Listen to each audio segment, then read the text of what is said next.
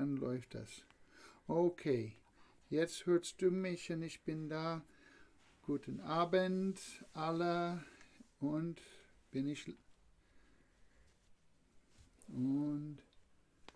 es läuft jetzt. Ja, guten Abend alle. Pastor Tim hier und wir freuen uns, also euch, Bibel Baptisten Gemeinde Hamburg-Stellingen, euch zu grüßen, auch andere Freunde, die dabei sind für diesen Live YouTube Predigt, also Andacht. Und heute Abend, wenn du deine Bibel holen willst, kannst du Psalm 130 aufschlagen. Psalm 130 möchten wir zusammen betrachten. Psalm 130, es gibt 8 Versen da. Wir werden den ganzen Psalm hier heute betrachten gleich. Und möchten wir einiges erwähnen. Aber lasst uns zuerst beten und dann erwähnen wir einiges, bevor wir unser Webandacht beginnen. Wir neigen uns. Danke, lieber himmlischer Vater, für die Gelegenheit, gemeinsam dein Wort hier anzuschauen. Lehre uns aus dein Wort, Herr, das, was du für uns hast. Und wir bitten, dass du in jedem Herzen wirkst, das, was zu deiner Ehre dient und zu unserem Besten. Und wir danken dir, Herr, dafür. Segne diese Zeit zusammen. In Christus Jesus' Namen beten wir. Amen. Amen. Ja, erst möchten wir erwähnen, heute hat Mathilde Wenzel Geburtstag. Gottes Segen zum Geburtstag wünschen wir dir, Mathilde. Wir hoffen, dass du einen schönen Tag gehabt hast, trotz also Coronavirus und dass du zu Hause bist. Aber ja, Gottes Segen wünschen wir dir, Mathilde Wenzel, zum Geburtstag heute. Dazu kann ich auch erwähnen, wie jede Woche, Vicky Ebo, unsere Gemeindesekretärin, bereitet eine Gebetsliste und sie hat das an einigen geschickt. Wenn du die Liste nicht per WhatsApp oder sonst wie bekommen hast, vielleicht als Anhang bei E-Mail, du kannst dich an Vicky wenden und sie kann dir eine Gebetsliste zuschicken, also per Anhang in E-Mail oder WhatsApp oder Messenger oder sonst wie, kann sie das dir zuschicken für Gebetsliste. Auch habe ich mit unserer lieben Schwester Monika Rupiani telefoniert und sie bittet um Gebet für ihre Verwandten in Norditalien, die jetzt lange zu Hause gebunden sind und auch außer Arbeit, also was wir hier erleben sie schon länger und auch so viel mit Krankheit und also traurige Geschichten, die daraus kommen. So bete für die Verwandten von unserer lieben Schwester Monika Rupiani, dass der Herr ihnen gnädig ist, auch dass die Christus nicht kennen, zum Glauben an Christus bald kommen, aber dass der Herr ihnen durch diese Zeit trägt. Ja, sonst, wie gesagt, du kannst die Gebetsliste von Vicky Ebo bekommen.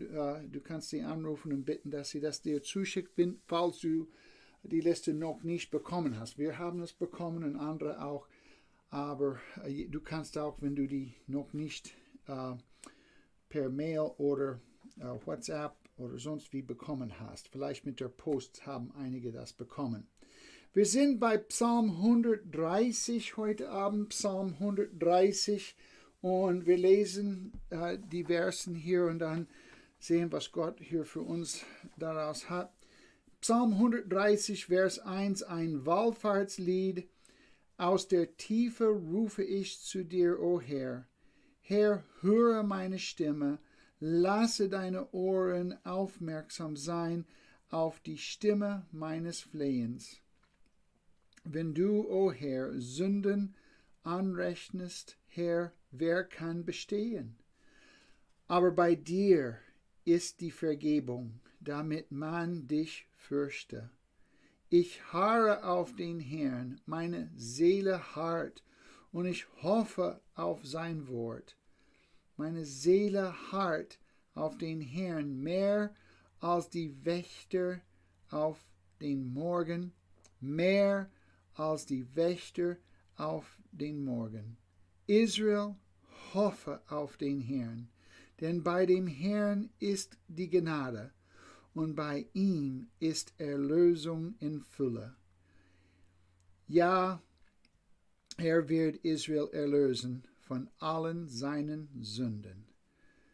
So Gottes Wort. Ja, in Vers 1 bis 3 haben wir das Flehen zum Herrn. Das Flehen zum Herrn haben wir da gelesen. Also in Vers 2, Herr, höre meine Stimme, lass deine Ohren aufmerksam sein auf die Stimme meines Flehens. Also hast du jemals so zum Herrn gebetet, Herr, hörst du mich? Herr, willst du mein Gebet erhören? Also erstmal sollst du in diesem Flehen zum Herrn wissen, der Herr ist allgegenwärtig. Er hört und sieht alles. Du kannst wissen als Kind Gottes, wenn du zum Herrn betest, er hört dich. Wir haben natürlich unser Wandel mit dem Herrn in Ordnung zu haben, Sünden zu bekennen, wenn das der Fall, wenn es notwendig ist, und mit ihm im Glauben, Gehorsam und Gemeinschaft zu wandeln, dass er also hört und er hört unsere Gebete zu seiner Ehre und zu unserem Besten. Der Herr ist da. Er verlässt dich nie. Wir brauchen nicht zu beten, Herr, sei bei mir, wenn, sei bei ihm, sei bei ihr, wenn. Der Herr ist immer bei uns, sein Geist wohnt in uns, er lässt uns nie allein und er hört alles, er sieht alles. Und so hier der Psalmist betet dafür, lass deine Ohren aufmerksam sein auf die Stimme meines Flehens, der Herr hört. Und der Herr vergibt die Sünden, Furcht zu erwecken. Vers 3 und 4. Wenn du, o Herr, Sünden anrechnest, Herr, wer kann bestehen? Aber bei dir ist die Vergebung, damit man dich fürchte. Kommt das dir ein bisschen als komische Formulierung? Also bei dir ist Vergebung, würde man denken, damit man dich liebe, damit man sich in dir geborgen fühlt. Also oder sonst was. So würden wir das also eventuell formulieren, aber der Psalmist, also unter Leitung des Heiligen Geistes, sagt, dass die Vergebung beim Herrn ist, zu welchem Zweck, dass man Gott fürchte. Gott ist dreimal heilig. Vater, Sohn, Heiliger Geist sind Gott, drei Personen in einem Gottheit. Und er ist heilig, heilig, heilig. Er ist absolut gerecht. Keine Sünde, kein Flecken, kein Fehl bei ihm. Und doch vergibt er unsere Sünden, wenn wir die Sünden bekennen. Und eben dadurch weckt das in uns, ja, Liebe zu ihm, Dankbarkeit ihm gegenüber, aber auf jeden Fall Furcht. Warum? Weil er ja die Sünde richtet. Er hat unsere Sünden am Kreuz Golgatha an Jesus Christus gerichtet, aber auch er züchtigt uns, seine Kinder. Er züchtigt uns. Wenn wir sündigen, wird er uns zurechtweisen, wird er uns zurückbringen, wenn wir also ihr gehen. Aber auch, dass wir die Vergebung von ihm bekommen haben, dass wir wissen, trotzdem, dass er heilig ist, hat er uns die Sünden vergeben, dann freuen wir uns über die Vergebung, aber wir fürchten uns, dass wir das wieder tun würden. Wir möchten ihn nicht verletzen. Er ist dein lieber himmlischer Vater. Du willst ihn nicht beleidigen, du willst ihn nicht verletzen. Seine Heiligkeit willst du nicht also irgendwie verletzen. Du möchtest dann die Sünde meiden weiterhin. So, da Vers 4, bei dir die Vergebung, damit man dich fürchte aus Ehrfurcht, aus Respekt zum Herrn, sowie auch Liebe zu ihm, heißt es, ich will meinen Herrn nicht wieder verletzen, wieder enttäuschen mit meinen Sünden. Ich will die Sünde also weitgehend also ausweichen. Die Versuchung dazu will ich aus dem Weg gehen. Ich fürchte den Herrn und daher ich will die Sünde meiden. Ja, da sehen wir auch das Flehen zum Herrn in Vers 1 bis 3 und Vers 4. Und dann Vers 5 und 6 haben wir die Rede mit sich selbst. Die Rede mit sich selbst. Also 2 Worte kommen hier im Vers 5 vor. Und da lesen wir Vers 5. Ich harre auf den Herrn, meine Seele harrt und ich hoffe auf sein Wort. Also die 2 Worte hier, Schlüsselworte sind harren und hoffen. Harren und hoffen auf den Herrn, auf sein Wort. Und so ist es. Also die 2 Worte sind verwandt, oder? Wir harren auf den Herrn. Wir beten, dass diese Coronavirus-Zeit, wo wir voneinander getrennt sind, wo wir zu Hause bleiben müssen, wo wir nicht also unser Alltag aufnehmen können und so nachgehen. Wir harren auf den Herrn im Gebet und wir hoffen auf ihn auch, dass das zu Ende kommt. Es gibt vielleicht in deinem Leben andere Proben, Glaubensproben, andere Anfechtungen und du bittest und du sagst, Herr, hilf mir das zu überwinden. Herr, schenk, dass ich herauskomme aus dieser Tiefe, aus dieser Lage. Und so harrst du auf den Herrn im Gebet und du hoffst auf ihn. Er wird das zustande bringen. Gott schenkt dir eben in dieser Zeit, für uns alle, die wir in dieser Lage sind, aber vielleicht für dich speziell in irgendwelche besondere Anfechtungen, Schwierigkeiten, Elend, Mühsal, die du erlebst. Gott schenkt dir die Gelegenheit, ihm näher zu kommen, in seinem Wort, im Gebet, näher mit ihm zu wandeln und also ihn besser kennenzulernen und auf sein Wort. Also du harrst auf sein Wort. Es ist wunderbar, die Gemeinschaft mit dem Herrn zu pflegen in seinem Wort und im Gebet. Also es ist toll, wenn wir die Zeit nehmen für Gottes Wort, was Gott dir speziell beibringen kann. Und darf ich einfach kurz Zeugnis dazu sagen? Mein Andacht heute Morgen, meine stille Zeit heute Morgen, habe ich paar Kapitel aus 2. Könige gelesen. Und das war die ganze Geschichte von Hiskia zu Jerusalem, als Sennacherib und seine Armee kam. Und Hiskia, der mit dem Herrn treu wandelte, betete. Und was geschah? Also Gott hat die Armee von Sennacherib also geschlagen. Die wurden in der Nacht geschlagen und getilgt. Und Hiskia war also wirklich den Umständen ausgeliefert. Er wusste, er konnte mit seinem Volk zu Jerusalem keinen Widerstand leisten eigentlich. Die Armee war viel zu groß von Sennacherib, aber in der Nacht hat Gott das alles erledigt und am nächsten Tag, da waren sie alle nur Leichen auf dem Feld, da nordöstlich von Jerusalem. Gott hat den Sieg geschenkt.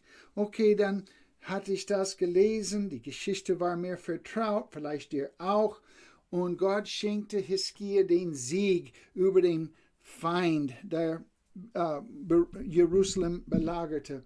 Dann habe ich mein Neues Testament Kapitel aufgeschlagen und was war das? Johannes Kapitel 16. Und was habe ich da am Ende von Johannes 16? Also viel Schönes da über den Heiligen Geist, der kommen wurde. Aber am Ende, was steht da am Ende von Johannes 16? Also in der Welt, sagt Jesus, habt ihr viel Trübsal, aber sei getrost. Ich habe die Welt überwunden. Und wie der Geist Gottes das in meinem Herzen verbunden hat mit dem, was ich eben im Alten Testament gelesen habe. Gott schenkte Hiskia und Juda den Sieg und er schenkt uns den Sieg. Ich habe die Welt überwunden. Das ist nur ein Beispiel von dem, was du auch im Wort Gottes, in deiner Gemeinschaft mit dem Herrn erleben kannst. So harren und hoffen auf den Herrn, auf sein Wort, pflege die Gemeinschaft. Du hast jetzt mehr Zeit als sonst, die Gemeinschaft mit dem Herrn in seinem Wort, im Gebet zu pflegen. Genieße diese Zeit und ziehe näher zum Herrn in deinen Wandel mit ihm. Lerne ihn näher kennen. Es lohnt sich auf jeden Fall. Ja, die Rede mit sich selbst, die 2 Worte da in Vers 5, harren und hoffen. Und dann kommen wir hin, zweimal im Vers 6 sehen wir, da lesen wir, meine Seele harrt auf den Herrn, mehr als die Wächter auf den Morgen. Wiederholt dann nochmal, mehr als die Wächter auf den Morgen. Also, wie sehr willst du von Gott aus sein Wort hören? Also harrst du auf ihn, also die Wächter auf dem Morgen, also die Freude zu wissen, dass alles gut gegangen ist durch die Nacht in der Stadt und so freut man sich auf die Wächter am Morgen. Es ist also, wir sind heil durch die Nacht gekommen, meint er hier. Und so haben wir zu harren auf dem Herrn im Wort. Und die Frage lautet für dich und für mich, wie sehr willst du von Gott aus seinem Wort hören und die Zeit mit ihm pflegen? Erstmal da Vers 1 bis 3 das Flehen zum Herrn und dann Vers 5 und 6 die Rede mit sich selbst und dann zuletzt Vers 7 und 8 der Ruf zu anderen. Flehen zum Herrn, Rede mit sich selbst und zum Schluss hier der Ruf zum anderen. Also Vers 7, Israel, hoffe auf den Herrn, denn bei dem Herrn ist die Gnade und bei ihm ist Erlösung in Fülle. Ja, er wird Israel erlösen von allen seinen Sünden. Was haben wir? Auch hier haben wir 3 Verben. In Vers 7 steht es da, Israel hoffe auf den Herrn. Hoffnung gibt es im Herrn. Also die Hoffnung, die wir in Jesus Christus haben, ist nicht, ich hoffe es, sondern eine sichere, ewige Erwartung. Die Hoffnung der Herrlichkeit haben wir in Jesus Christus. Wir kommen in den Himmel, wir gehören dem Herrn, in ihm sind wir geborgen. Ja, wir haben Hoffnung im Herrn. Und dann auch in Vers 7, da steht noch was, denn bei dem Herrn ist die Gnade, hier ein Nomen, Gnade. Gnade gibt es beim Herrn. Also nicht, dass wir, was wir verdient haben, sondern in Gnade, Vergebung der Sünden und ewiges Leben und Gerechtigkeit und Geborgenheit und Sohnschaft und so viel mehr in ihm. Ja, so geliebt in ihm. Die Gnade gibt es beim Herrn. Und dann noch was, noch ein Punkt hier, nämlich Vers 7 und 8. Und bei ihm ist Erlösung in Fülle. Ja, Vers 8. Ja, er wird Israel erlösen von allen seinen Sünden. Ja, Erlösung gibt es beim Herrn. Hoffnung gibt es im Herrn. Gnade gibt es beim Herrn. Und Erlösung gibt es beim Herrn. In ihm ist die Erlösung. Er ist der Weg, die Wahrheit, das Leben. Niemand kommt zum Vater als nur durch Jesus Christus. Er ist der Erlöser. Hast du an Christus geglaubt? Wenn nicht, wir laden dich zur Bekehrung an ihn ein. Er schenkt Erlösung, Vergebung der Sünden und ewiges Leben. Kennst du den Herrn aus Christus Jesus? Er ist dein Erlöser und er liebt dich sehr. Möge der Herr dich segnen, den weiteren Weg hier diese Woche. In allem, was du tust, zieh näher zu Jesus. Nimm Zeit für ihn und liebe ihn, lerne ihn immer näher kennen im Wort, im Gebet und bete füreinander. Die Liste kannst du von Vicky bekommen. Bete füreinander und ja, unterstütze Bibel Baptisten Gemeinde mit deiner Fürbitte überhaupt, mit Gebet und auch mit deiner Zeit im Dienst füreinander, inwieweit das möglich ist, auch mit dein Geld. Also die Gemeinde braucht die finanzielle Unterstützung weiterhin, die Pflichten zu begleichen. So, wir alle haben das zu berücksichtigen, aber wandel mit dem Herrn in Freude und in in Mut zur Ehre Gottes. Möge der Herr dich segnen. Eine schöne Woche wünschen wir euch noch. Bis Sonntag, dem Herrn befohlen.